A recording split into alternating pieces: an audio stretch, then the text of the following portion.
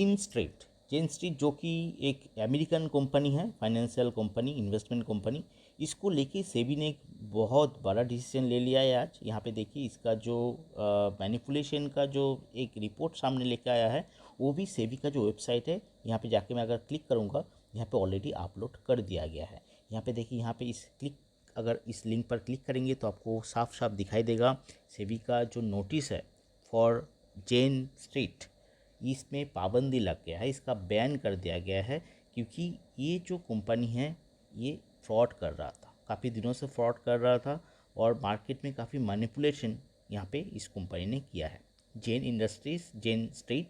और इसका it's not only US, यहाँ पे सिंगापुर, हांगकांग, जापान, यहाँ पर इसका ट्रेडिंग चलता है। और ये इतना ज़बरदस्त इसका फ्रॉड किया है दोस्तों, फ्रॉड किया है। आपको मैं थोड़ा सा इन शॉर्ट बता देता हूँ। यहाँ पे देखिए, वो जेन स्ट्रीट जो एक कंपनी है, ये तो अकेला नहीं किया है, ठीक है, इसके साथ काफ़ी 4 या 5 उसके इंस्टीट्यूशंस भी इसके साथ जुड़ा हुआ है। तो पहले क्या करता था, मॉर्निंग बिटवीन 9:15 से लेके 11:30 ये क्या करता था, कैश मार्केट में आके ये बाई करता था, कोई भी स्टॉक्स परचेस किया, ओके। उसके बाद ज़बरदस्त थोड़ा सा, क्योंकि ये छोटा मोटा खरीदता नहीं था, 4,000 करोड़ का स्टॉक खरीद लिया। मान लीजिए 4,000 करोड़ का कोई स्टॉक्स मॉर्निंग में खरीद लिया है, और उसी स्टॉक को ये लोग पुट करते थे, ओके, सेल करते थे, शॉर्ट सेलिंग इन डिरेवेटिव सेक्टर में, ओके। डेरिवेटिव सेक्टर में वो लोग वही सेल करते थे और छोटा छोटा करके ये लोग बेचते थे। और 4,000 करोड़ का अगर अमाउंट आप सोचते हो तो सोचो कितना बड़ा प्रॉफिट कमाते हो।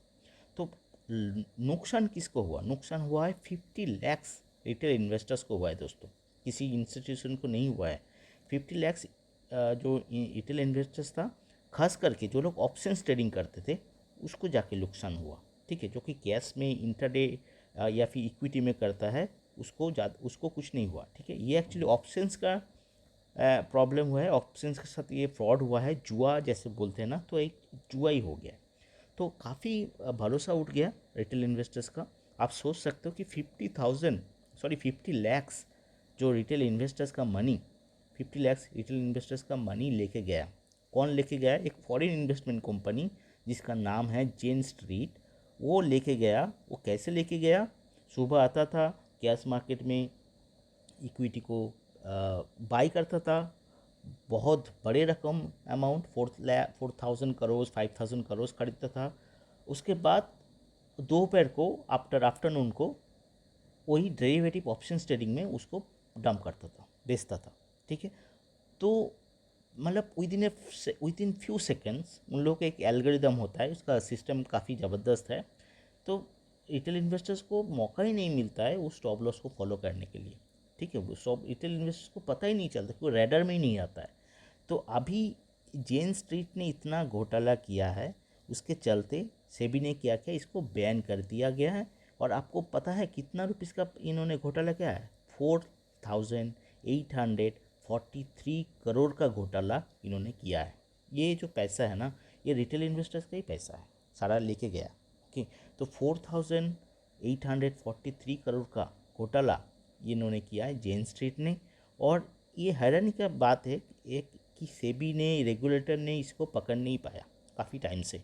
इसको नवंबर दिसंबर में एक इसको वार्निंग दिया गया, इसको फिर दिसंबर में एक वार्निंग दिया गया है। तो क्वेश्चन से इतना वार्निंग क्यों देना है, जो लोग फ्रॉड करते वो लोग फ्रॉड ज़िंदगी भर करेंगे, वो कभी सुधरेंगे नहीं। तो इसको बैन तभी क्यों नहीं किया गया नवंबर दिसंबर में। फिर आके मई का डेटा पता चला कि यहाँ पे तो फ्रॉडिंग भाई ज़बरदस्त हो रहा है, तब जाके सेबी ने इसको इंडियन इक्विटी मार्केट में जो ट्रेडिंग करने का इसको बैन किया है, ओके।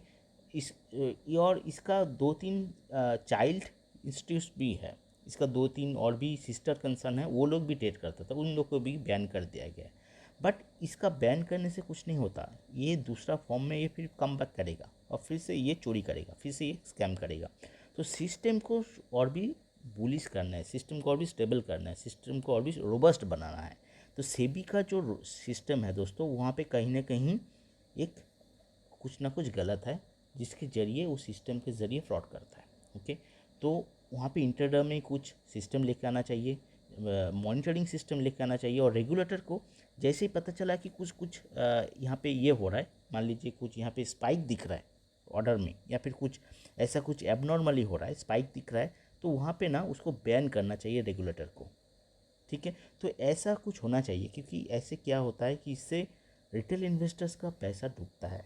और रिटेल इन्वेस्टर्स का ऑप्शंस में बहुत ज़्यादा यहाँ पे घोटा हुआ है। 93% लोगों का पैसा डूब गया है पिछले साल से ऑप्शन ट्रेडिंग में, क्योंकि ये चेन स्ट्रीट एक ऐसा स्कैम कंपनी है, एक फाइनेंशियल इंस्टीट्यूट है जो कि पैसा कमाता था फ्रॉड के ज़रिए। फ्रॉड, यहाँ जो काम सही नहीं है वही काम ये लोग करता है और पैसा लेके जाता है। तो आज चेन स्ट्रीट है, कल तो कोई दूसरा आएगा, तो ऐसे तो आता रहेगा। बट सेबी का जो सिस्टम्स है, जो हमारे स्टॉक मार्केट का जो रूल्स है, जो रेगुलेशंस है, जो कि सिस्टम्स है, उसको सही बनाना, रोबस्ट बनाना, उसको मॉनिटरिंग करना, इसके ज़रिए हम लोग इसको स्टॉप कर सकते, नहीं तो नहीं कर सकते।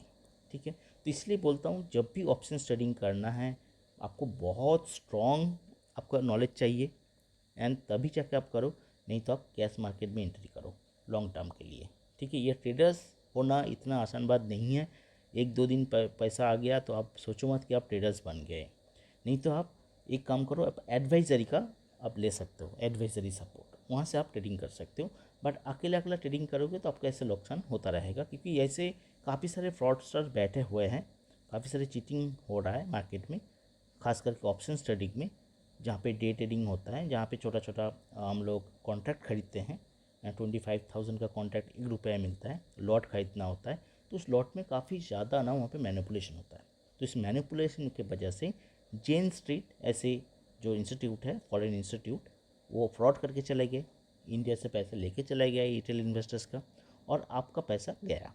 ओके, तो सतर्क रहिए, अलर्ट रहिए, और कुछ भी सजेशन है, एडवाइस की ज़रूरत है, हम लोगों से कांटेक्ट कीजिए। Thanks for watching.